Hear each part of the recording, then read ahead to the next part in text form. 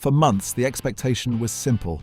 DJI would drop everything together, standard and pro, clean, synchronized, and predictable.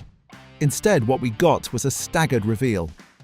The standard Pocket 4 arrived first, stepping into the spotlight with modest upgrades, while something far more interesting quietly built momentum in the background: the DJI Osmo Pocket 4P. Now, with teasers, leaks, and early hands-on sightings circulating, it's becoming clear June 2026 is shaping up to be the real moment for this lineup. So let's break DJI 4P down.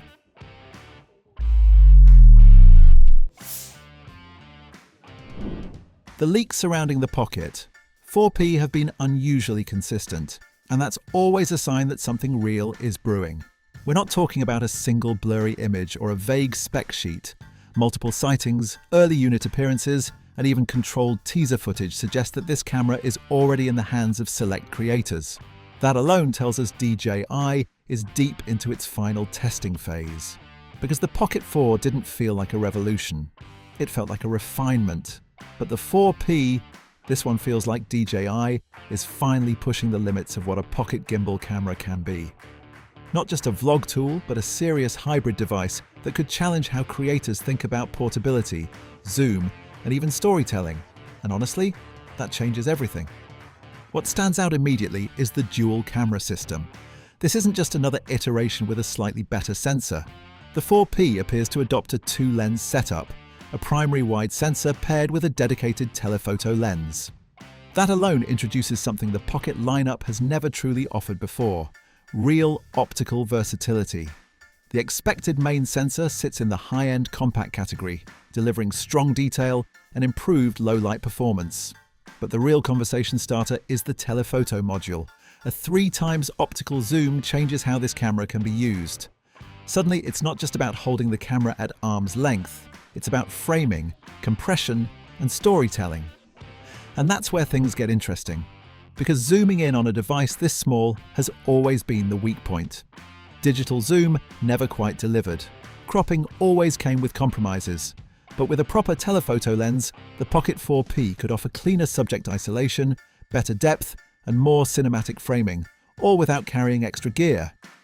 Video capabilities are expected to stay aggressive, pushing into high frame rate territory while maintaining color flexibility for grading. Stabilization, of course, remains a core strength. DJI isn't stepping away from its gimbal advantage anytime soon. Another subtle but important evolution is the ecosystem. Early glimpses suggest tighter integration with external accessories, possibly including modular controls and remote handling options. That hints at DJI positioning this as more than a standalone device. It's part of a broader creative system. And then there's timing. The regulatory timeline, combined with insider chatter, aligns around June 2026. DJI has a history of launching products before official confidentiality windows fully expire, so a mid to late June reveal feels realistic. Everything points to one conclusion: this isn't a rushed product. It's a calculated release. One thing to notice is that the price will be in the range of $750 to $1,000, a definite step up over the standard Pocket 4. Here's where things get a bit complicated and where buyers are starting to hesitate. The standard Pocket 4 is a good camera, no question.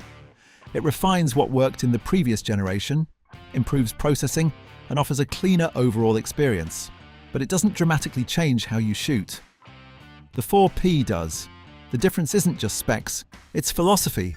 With the Pocket 4, you're getting a reliable, compact tool designed for everyday content creation. It's quick, efficient, and easy to use. But it still operates within the same boundaries the series has always had.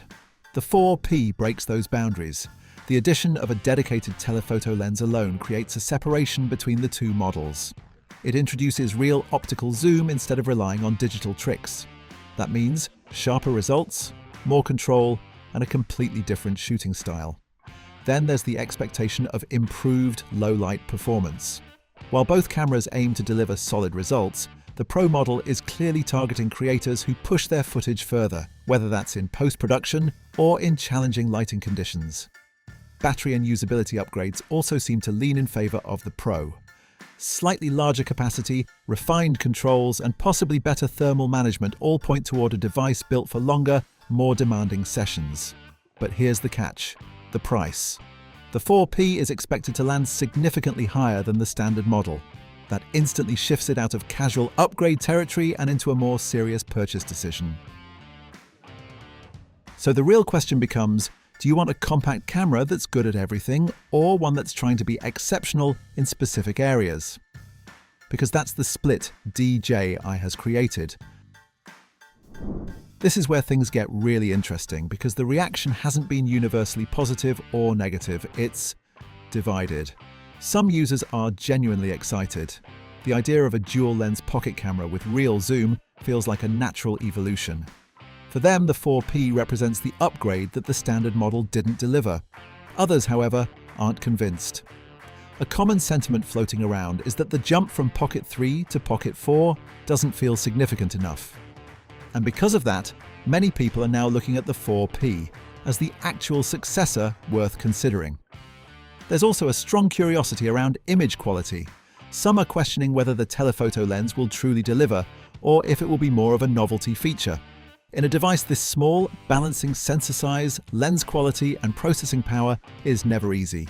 Then there's pricing anxiety. A lot of potential buyers are already bracing for a higher price tag, and that naturally raises expectations. If the cost climbs too high, it starts competing with entirely different categories of cameras, and that's where comparisons get tougher. Interestingly, there's also growing discussion about competition. The pocket camera space isn't what it used to be. New players and concepts are entering the scene, and some users are already framing this as a direct battle between upcoming dual-camera systems.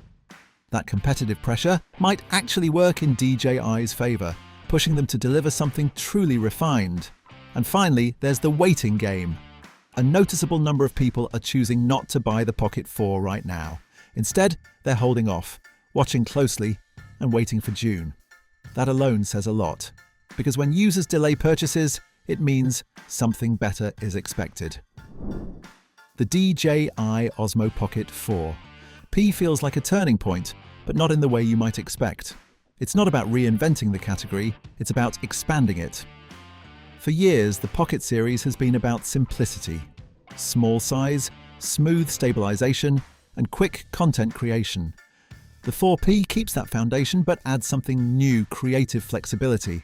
The dual lens system, the improved performance expectations, and the evolving ecosystem all suggest a shift toward a more advanced user base. This isn't just for casual vloggers anymore, it's for creators who want more control without sacrificing portability. But that shift comes with risks, higher expectations, higher price, and tougher comparisons.